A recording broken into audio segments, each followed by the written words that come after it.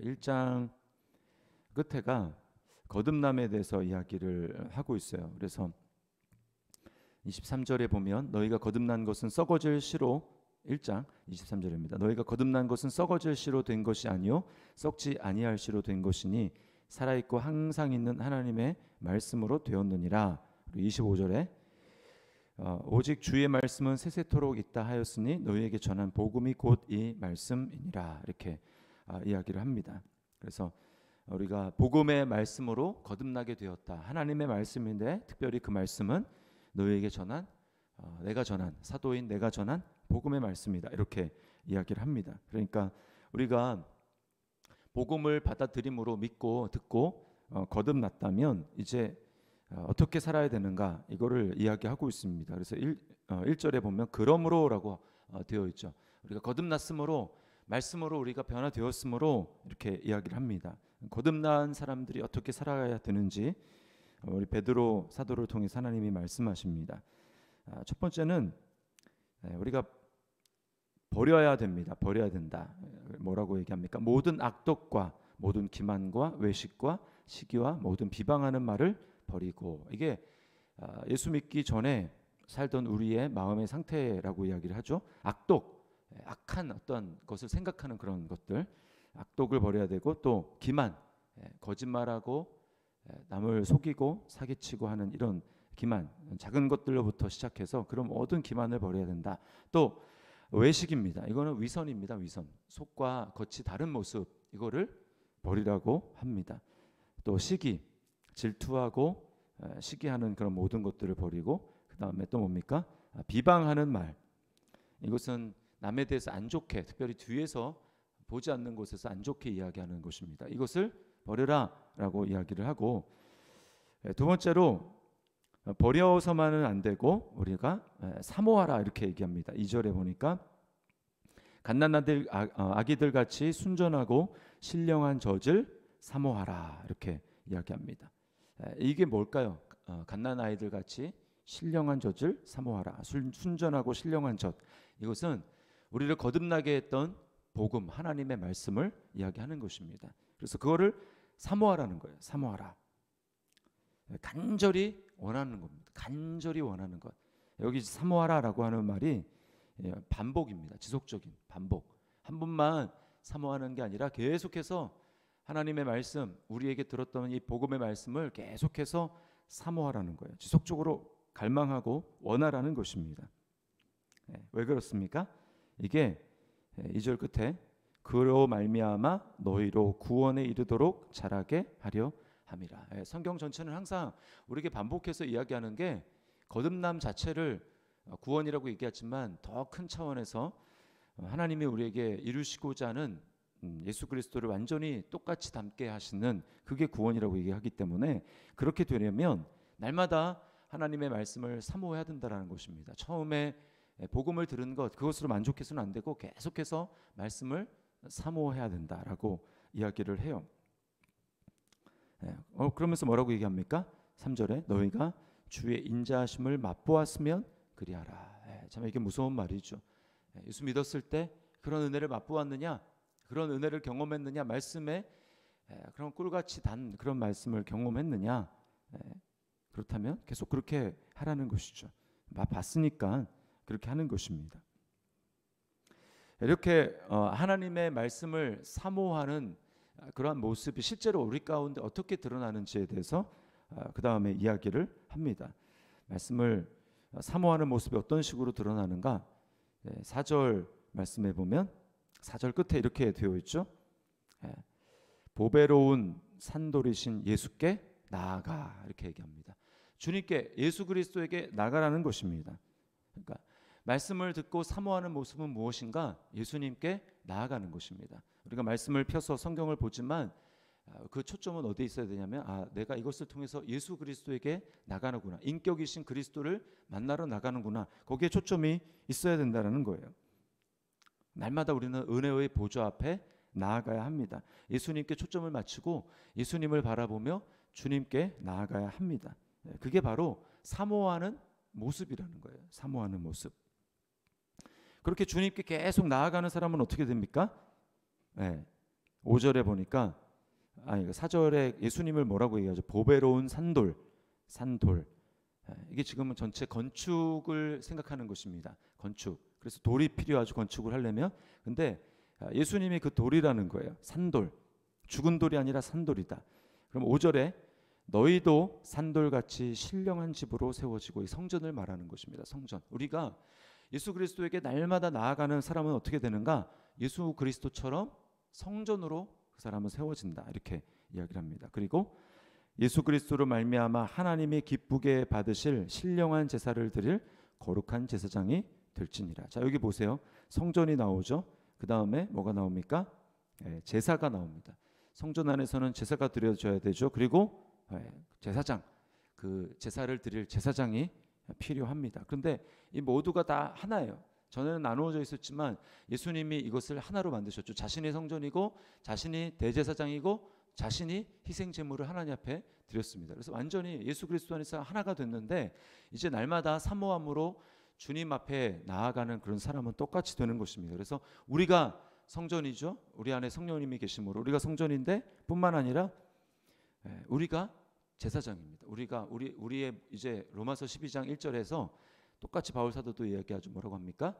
우리가 우리 몸을 거룩한 산 제물로 하나님 앞에 드려야 된다. 이게 우리가 영적인 예배를 드리는 것이다 라고 이야기를 하는 것입니다. 이제 삶의 현장에서 우리가 성전 되었으면 이제 나를 통해서 하나님은 내 몸으로, 내 생각만이 아니고 내 몸 전체로 하나님을 기쁘시게 하는 산 제물, 우리 몸을 하나님 앞에 그렇게 드리는 산 제물을 드리는 제사장, 그렇게 살라라는 것입니다.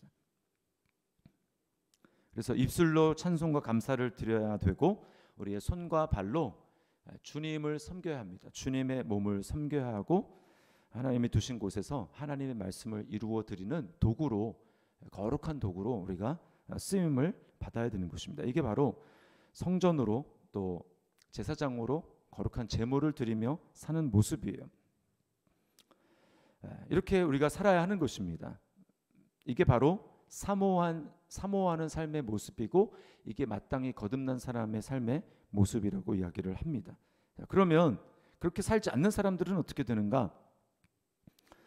6절부터 8절에 이야기를 합니다. 6절부터 8절에 6절에 보니까 어떻게 합니까? 6절 끝에 부끄러움을 당하지 아니하리라. 반대로 얘기하면 그렇게 살지 않으면 부끄러움을 당한다라는 것입니다. 여기 또 예수님을 앞에서는 산돌이라고 얘기했는데 여기 뭐라고 얘기합니까? 이게 다 구약을 인용한 말씀이에요. 보배로운 모퉁이돌, 보배로운 모퉁이돌. 건물을 짓는 데 있어서 가장 중요한 기초석, 그게 바로 예수 그리스도다. 근데 그 위에 인생을 건축하지 않는다, 그 위에 자신의 삶을 건축하지 않으면 그 사람은 부끄러움을 당합니다. 지난번에 고린도전서 이제 말씀에서 3장에서 얘기를 했죠. 그런 사람은 다 타버리는 거예요. 남는 게 하나도 없고 굉장히 있는 것 같지만 예수 그리스도의 터 위에 세우지 않으면 그 인생은 부끄러움을 당하는 인생이 되는 것입니다. 또 8절 말씀해 보니까 부딪히는 돌과 걸려 넘어지게 하는 바위가 되었다 하였느니라. 그들이 말씀을 순종하지 아니함으로 넘어지나니 이는 그들을 이렇게 정하신 것이라. 예수 그리스도 때문에 걸려 넘어지는 자가 된다라는 것입니다. 그렇게 주님 앞에 나아가지 않는 사람, 신령한 성전으로 또 제사장으로 세워지지 않는 사람은 어떻게 되는가? 부끄러움을 당할 뿐만 아니라 예수 그리스도에게 걸려 넘어진다. 예수님도 이런 말씀하신 적 있죠. 나로 말미암아 실족하지 않는 자가 복이 있다. 그 말은 예수님 때문에 실족하는 사람이 있다라는 것입니다. 왜 예수님 때문에 은혜를 받아야 되지? 왜 예수님 때문에 실족하고 넘어질까요? 그 이유는 아직까지 주님 앞에 나아가는데 자기 전제가 깨어지지 않았기 때문입니다. 자기 전제. 예수님의 주되심과 주권 앞에 자아가 깨어져야 하는데 깨어지지 않고 여전히 자신 입으로는 예수님을 믿는다고 하는데 여전히 아직 자기가 중심이에요. 자기가 중심. 그리고 예수님은 뭡니까? 내가 중심이니까 나를 도와주는 존재죠. 내가 필요한 것들을 도와주는 존재. 그러니까 이해가 안 되는 문제가 생기면 내가 예수님께 복종하고 맞추는 것이 아니라, 그러니까 이해가 안 되니까 예수님 때문에 걸려 넘어지는 것입니다. 그리고 예수님을 떠나든지 주님 앞에 나가지 않든지 이렇게 되는 것이죠. 내 생각과 신앙이 이제 잘 조화를 이루고 내 생각이 잘 맞을 때는 상관이 없는데, 그렇지 않을 때 내 생각과 다르고 이해할 수 없는 문제가 일어나고 또 고난이 닥치고 어려움이 닥치고 계속해서 그런 일이 일어나면 예수님 때문에 걸려 넘어지는 것입니다. 이게 예수 믿는 건가? 신앙생활하면 이렇게 되는 것인가? 그 전제, 자기 전제가 깨어지고 무너지지 않았기 때문에 그렇습니다. 그래서 여러분, 예수님이 산돌이고 하나님이 인정하실 유일한 건물의 모퉁이 돌이 되신다면 우리 뭡니까? 나는, 예수님이 없는 나는 죽은 돌이에요. 죽은 돌이고, 나라는 사람 위에 인생을 건축하면 그 인생의 끝은 결국은 망하는 것입니다. 수치가 되는 것이고 걸려 넘어지는 거예요.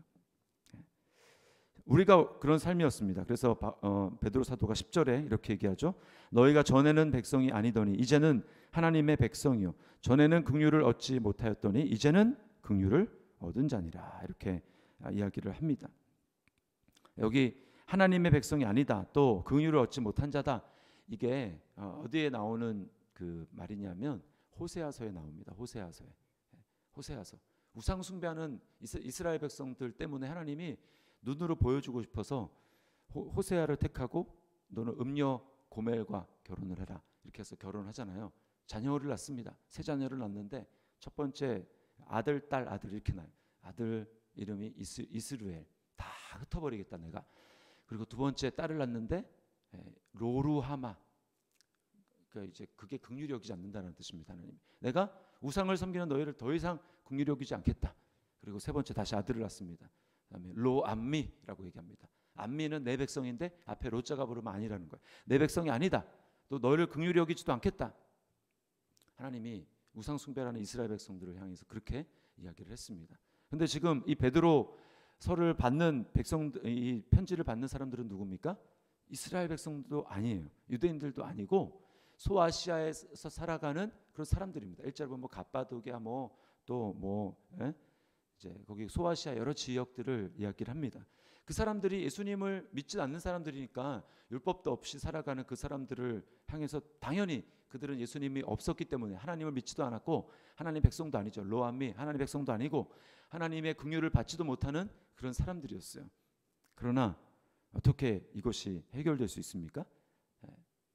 그 호세아서 1장에 보면 하나님이 너는 내 백성도 아니고 내가 긍휼히 여기지도 않는다라고 했는데 그 몇 절 바로 뒤에 넘어가면 어떻게 그게 가능해지냐면 하나님이 내가 한 우두머리를 내가 한 지도자를 세워서 유대와 이스라엘을 내가 하나로 그들을 이제 합하겠다라고 하는 말씀이 나옵니다. 그래서 내가 전에는 너희를 내 백성이 아니다라고 말한 그곳에서 내가 너희를 내 백성으로 삼을 것이고 내가 너희를 긍휼히 여기지 않겠다라고 한 그곳에서 내가 너희를 긍휼히 여기리라.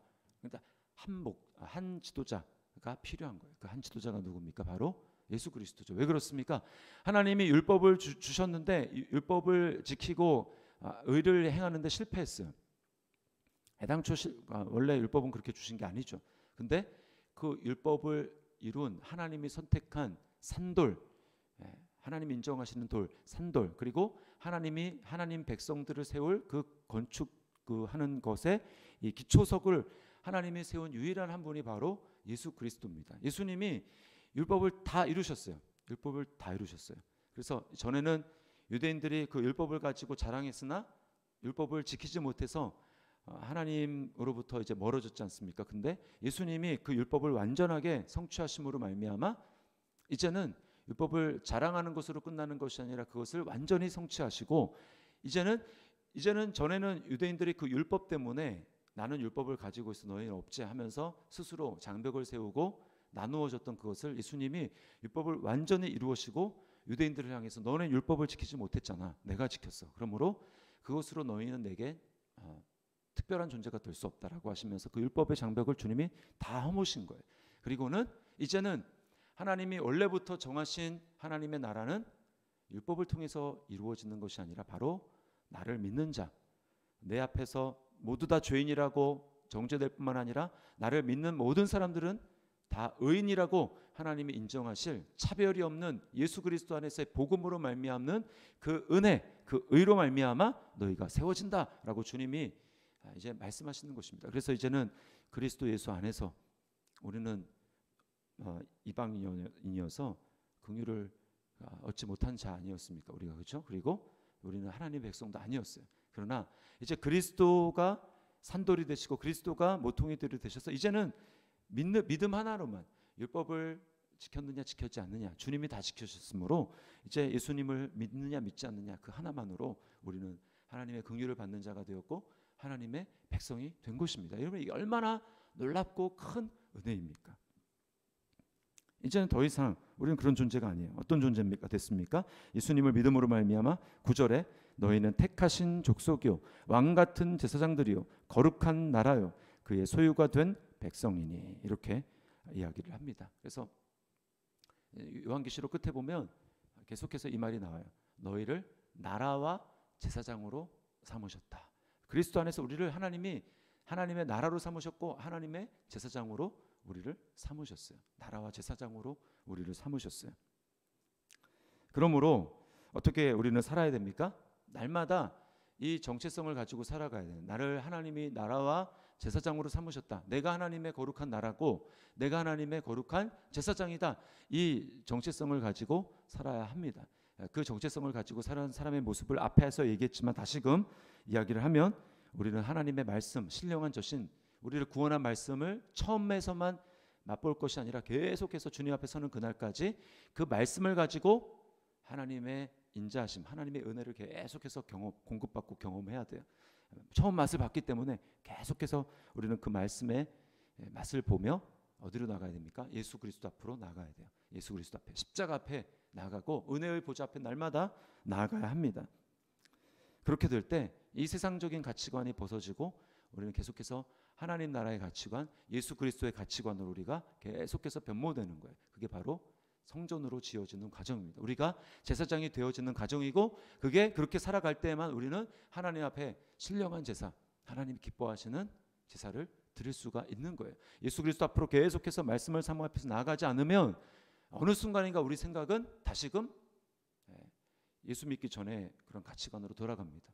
그래서 바울 사도도 로마서 12장 1절에 제사장 영적인 예배를 드리라고 한 다음에 바로 그 다음 절에 2절에 뭐라고 하냐면 이 세대를 본받지 말고 오직 마음으로 심령으로 변화를 받아 하나님의 선하시고 기뻐하시고 온전한 뜻이 무엇인지 분별하도록 하라. 어떻게 분별합니까? 말씀을 통해서 분별해야죠. 그러므로 우리가 날마다 말씀으로 예수 그리스도 앞에 나아가야 됩니다. 그럴 때 신령한 성전으로 지어지고 우리가 제사장이 되고 우리를 통해서 거룩한 산 제물로 하나님 앞에 드려지게 되는 것입니다. 그렇게 할 때 우리를 통해서 예수 믿지 않는 사람들이 하나님을 보는 거예요. 그래서 9절 끝에 아름다운 덕을 선포하게 하려 하십니다. 가장 강력한 광고 효과는 내가 써보니까 좋더라 이겁니다. 내가 써보니까 좋더라. 날마다 맛보아야죠. 우리가 하나님의 선하심을, 인자하심을, 은혜를 날마다 경험하고 날마다 기도응답 경험하고 날마다 하나님의 평안을 경험하고 날마다 내가 새롭게 되어지는 그 경험을 한 사람, 그를 통해서 우리를 어두운 데서 빛으로 부르신 그 하나님의 아름다우심이 덕이 선포되고 선언되고 선전되는 것입니다. 그래서 우리가 날마다 하나님을 써야 돼요. 예수님을 써야 됩니다. 너무나 좋구나. 그럴 때 예수님을 자랑할 수 있어요. 저와 여러분이 오늘 이 말씀대로 거듭난 새로운 사람이 되어서 날마다 주님을 사모함으로 주님 앞에 나아가는, 그래서 걸려 넘어지는 것이 아니라 예수 믿었는데 예수님 때문에 여러분 시험에 들면 얼마나 안타깝습니까? 그게 아니라 날마다 주님 때문에 주님 앞에 나아가서 새로운 존재로 새로운 거룩함으로 계속해서 덧입는 저와 여러분들의 삶이 될 수 있기를 주님의 이름으로 축원합니다.